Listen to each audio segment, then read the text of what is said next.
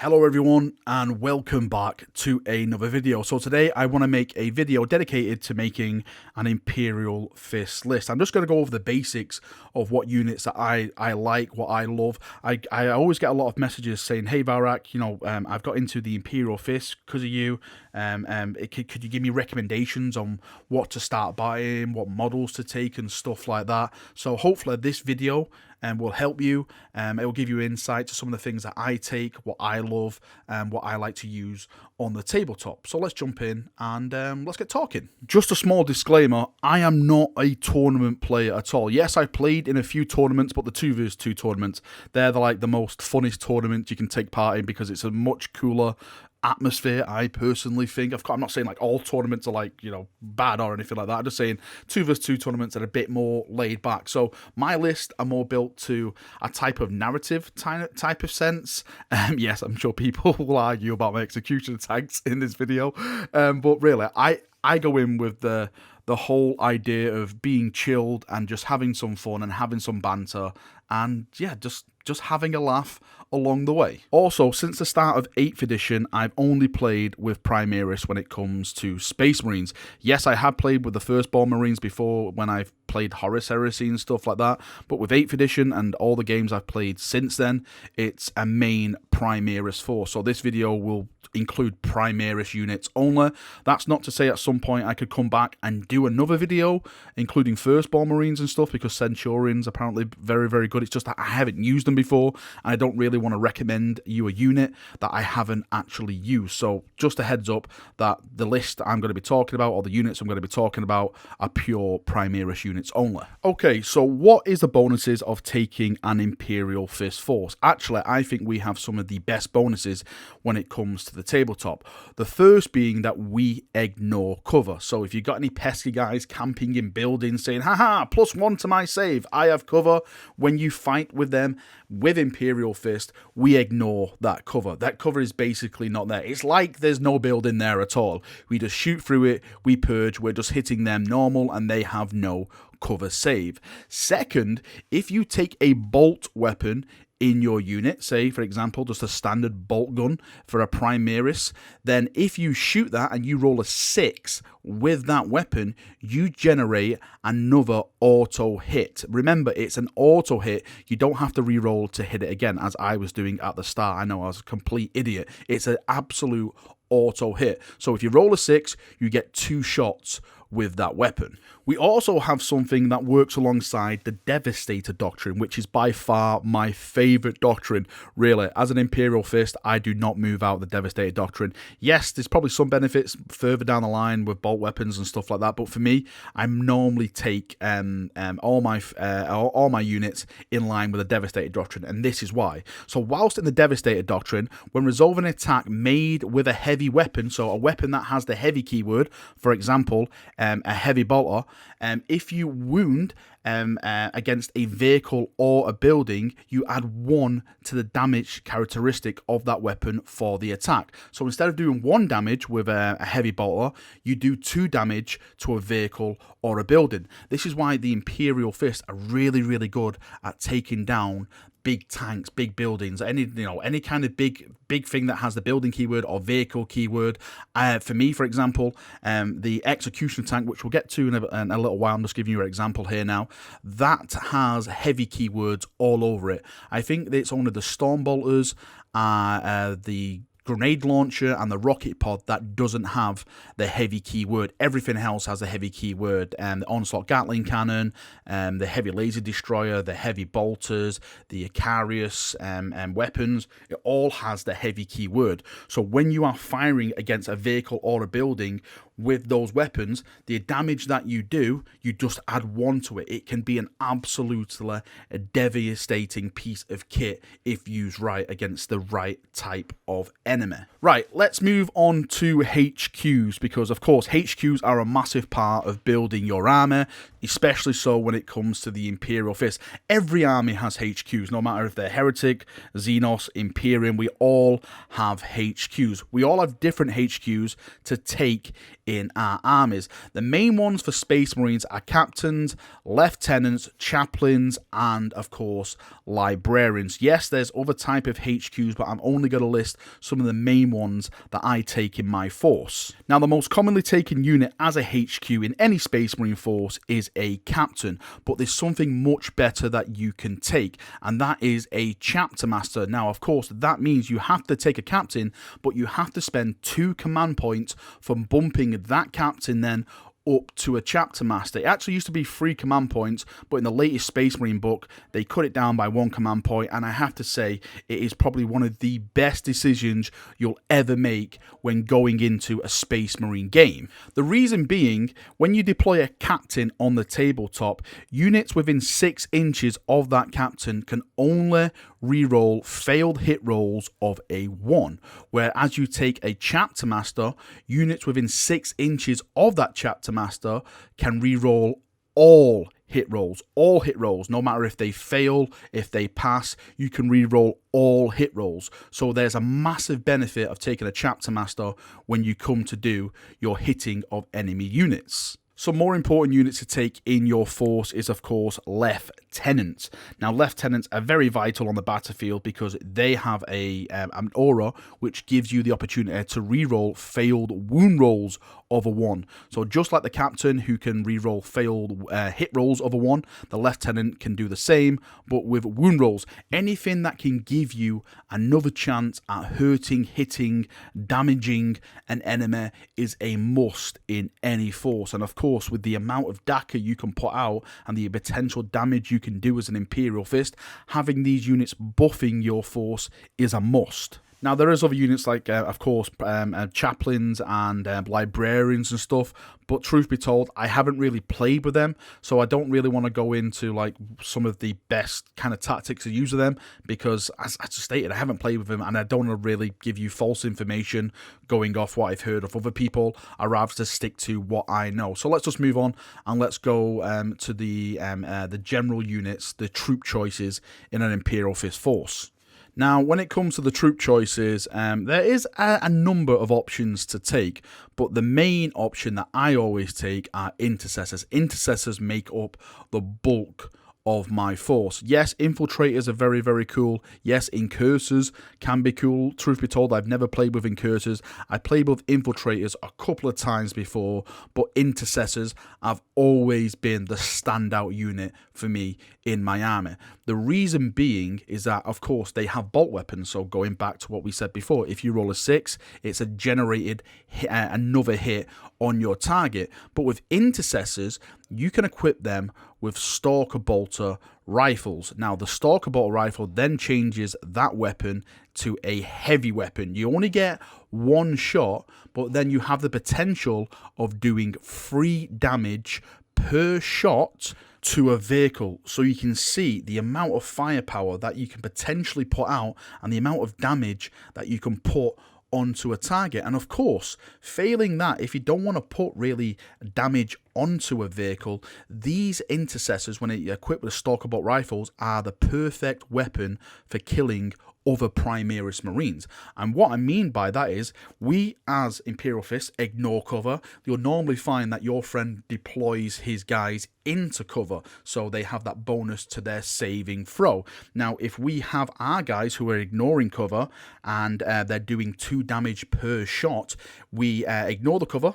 We make the wound, and Primaris have 2 wounds. Primaris are really, really good because they can hold objectives because of the amount of wounds that they have. But if you engage them with Stalker Bolt rifles, then you are taking out 1 Primaris per wound that you get through. Whereas they're firing back at you, they only have the potential of taking 1 wound off you. So you're outliving them and putting more fire down onto them, if that makes sense. And let's not forget, if you roll 6s with this weapon, because it is a bolt weapon, you generate another hit. So if the dice gods are on your side and you're firing a 10-man squad at something, you get potentially, 2, 3, 4, 6s, let's say.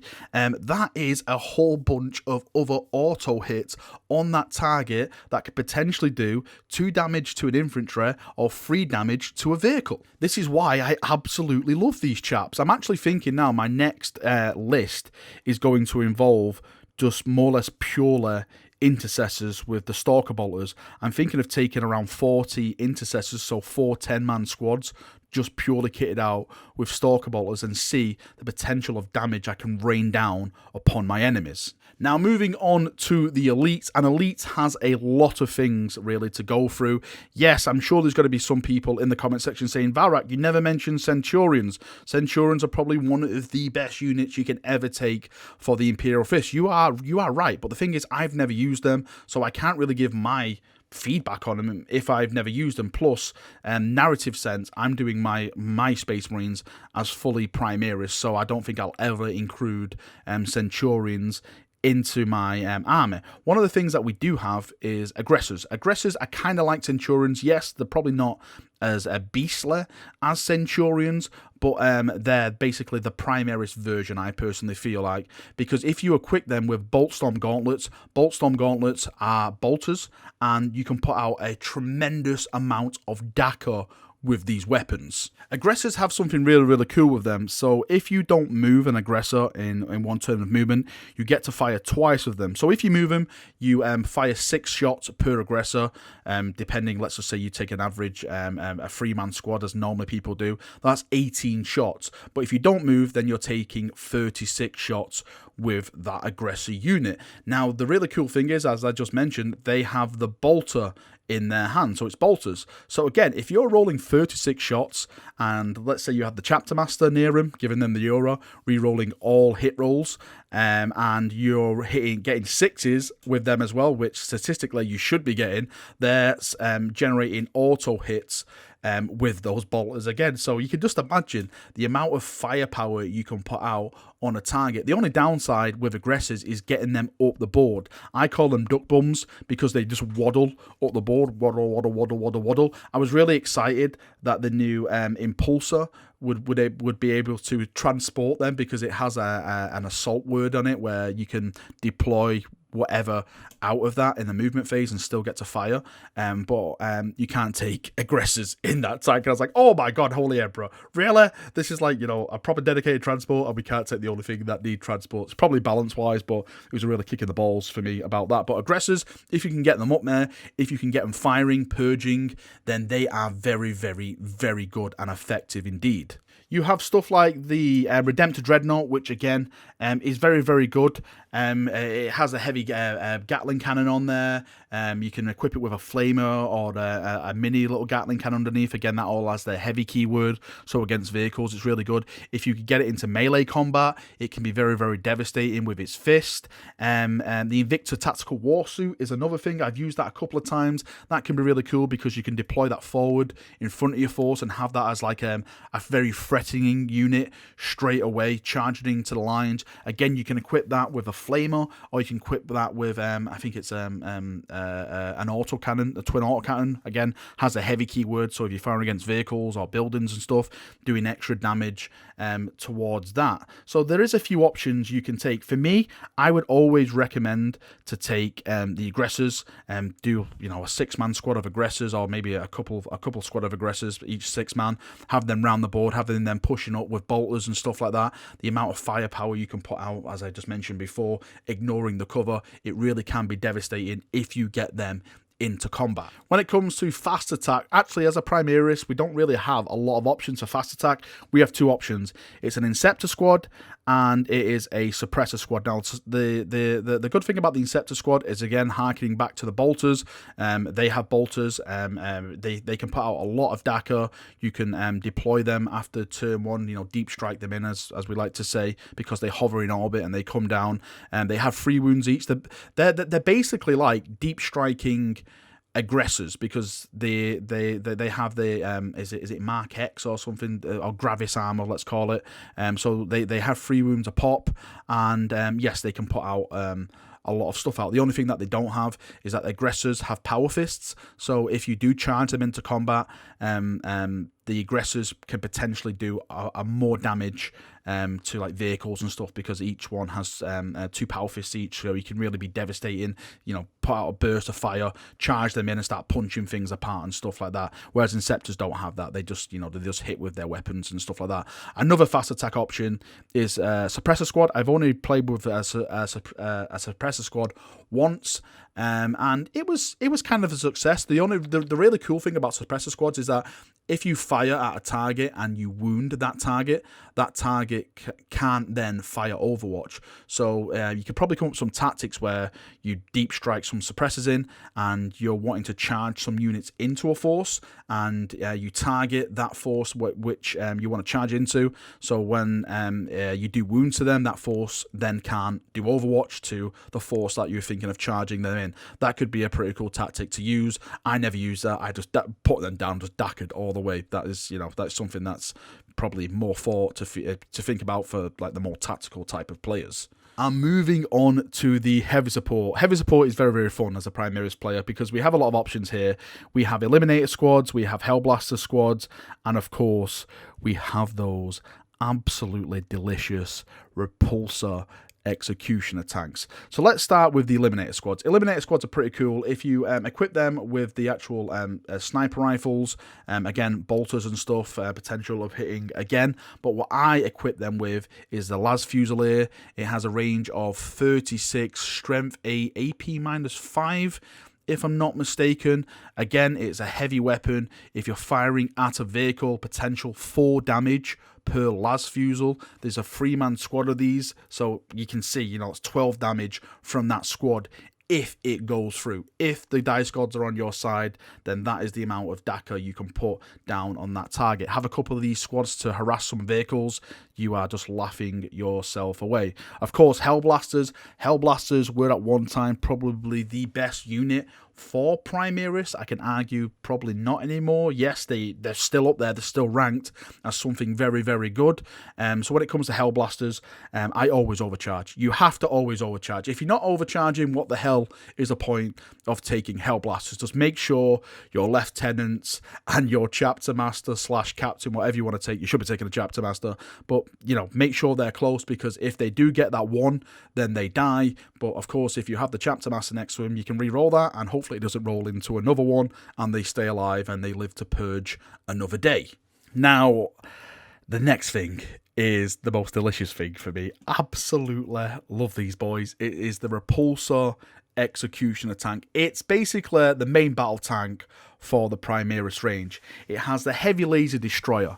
The heavy laser destroyer is what my dreams are made of. So this weapon can shoot a 2 shots of strength 10, AP -5 if you're in the Devastated Doctrine, because don't forget, you are adding one extra minus because you're in Devastated Doctrine, and the damage is D6. So if you roll a 6, it's 7 if you're firing against a vehicle, because don't forget, as Imperial Fist, you add 1 to the damage. I actually did a couple of these at the ITC tournament I was at this past weekend, and it more or less took out a knight in one turn of firing. But one of the great things about it is that if you move less than half your movement, it moves 10. So if you move 4 inches or you stay stationary, because this gun has a 72-inch range, by the way, you get to fire that gun twice at the same target. You can't just say, okay, I'm going to fire 2 into there and 2 into there. It has to be at the same target. So potentially you could be putting out 28 damage of that gun if it all goes right. You know, of course, you have to be getting 6s every wound roll, you know, 7, 12, 7, 14, 21, 28, 7 times table. Glorious Valrak, you're not a child anymore. But that is potential of that weapon, and I always include 2 of these in my list. Yes, I am that type of player. No, really, it's just because the most of my friends I go against are more or less knight players, so I have to bring the biggest amount of DACA possible to handle those knights. And it's not just a heavy laser destroyer. It's got the heavy 12 Gatling cannon on it. It's got 6 shots heavy bolter. It's got the Icarius on the back, which can +1 to hit fly units. It's got storm bolters. You can equip it with a rocket pod or grenade launchers. It's just an all-round fantastic fantastic unit. It starts out with 16 wounds, if I'm not mistaken. So it can take a bit of damage on the tabletop, and it really from my standpoint of using this, it really is a weapon that scares your opponent. Like, your opponent goes, oh boy, oh boy, oh boy, oh boy, oh boy, and it makes them really kind of go for that. And if you have like intercessors and stuff like that doing 2 damage a pop, they're not thinking about that at all. They're thinking about this tank and what it can do. So that frees up your units then to start playing the game a little bit more and start purging in their own little way, while they're focusing on this big box of just destruction. So it's really, really good for that. And every game I play with it, it's been fantastic. Like, one of my executioner tanks holds a record now of 6 Demon Prince kills. 6 Demon Prince kills. Again, going back to the tournament, I just played the ICT 2vs2 tournament. It killed Magnus. And then I got charged off another Demon Prince, and it killed that in Overwatch just from one heavy laser shot going through. Completely wiped it out. And it's like, yes, got six, and it was gone. It was boom. Dead. There we go. 7 Demon Prince kills, all down to those executioner tanks. They are by far my most valued unit in my Space Marine force, especially with Imperial Fist, because heavy weapons, as we said, bolters and stuff like that. Oh, it is just so good, gents. It really is an amazing unit. When it comes to flyers, Primaris, there is none, sadly. Hopefully soon there shall be a flyer. I actually do have a flyer in my cabinet, but I've only ever used it once. It's more for the rule of cool, really, to just have a flyer in the cabinet, and that is a Stormhawk Interceptor. Again, it has, some heavy words on there and stuff like that, but I don't use it. I hands up, I really don't use it. I'm just waiting for that Primaris flyer to actually come along, and hopefully it'll be absolutely glorious if we ever get it. Right, if we go to like dedicated transports, because we have the Repulsor tank. The Repulsor tank is like a lesser version of the Executioner tank. The Repulsor tank, really, now, I use it just for transports. This is what I put my aggressors in if I want to put them up the board. The only problem is, of course, when I take my aggressors out, they can't fire because it doesn't have that assault keyword as the Impulsor has. I was really hoping, as I mentioned before, that the Impulsor would allow aggressors, but it's not. So if you are taking aggressors and you want to get them up the board, then I suggest taking a Repulsor, because it can put out a bit of damage as well. You can equip it with 3 las cannons. You can have a twin and 1 las cannon on the top, or you can change it around and have the heavy Gatling cannon on top, heavy 12 shots on there. And of course, it comes with stuff like storm bolters and grenade launchers and stuff like that. It can put out a fair few amount of DAC, it really can. But if you are choosing between a Repulsor Executioner or a Repulsor, just normal transport Repulsor, as we talk about now, always go with the Executioner. I guarantee it, you'll have more success if you take that Executioner tank. They are the Emperor's gift to humanity. That is how beastly they are. All right, chaps, I think I'm going to call it there, because I've been waffling for like 20 minutes, and I don't want this to... I say I don't want this to be long. It's bloody nearly over 20 minutes. This is probably just the basics, really. Maybe if people want, I could go into, a more advanced type of video of like more relic stratagems to take, when to pop better stratagems and stuff like that. I just wanted to show you really the list that I would recommend to take, and the units that I would personally take when coming to make an Imperial Fist force. Always remember, bolters are king, stalker bolters are life, and Repulsor Executioner tanks are the Emperor, just walking among us once again. It's just a superb piece of bloody kit. And always take a chapter master. Always bloody take a chapter master. Please leave your thoughts and feedback on this. If you've got any better recommendations, please post it below. I'm not going to get offended if you say, hey, Valrak, this is better than that. Please help me. Let's help each other out. Let's make the best Imperial Force list we can possibly do. Because at the end of the day, all we're going to be purging are those bloody crybaby Iron Warriors and those pesky Xenos. That is what we're here to do. We're here to purge in the Emperor's glorious name. So let's help each other out, and let's make awesome lists. Thank you for coming. Thank you for watching. See you now, and bye-bye.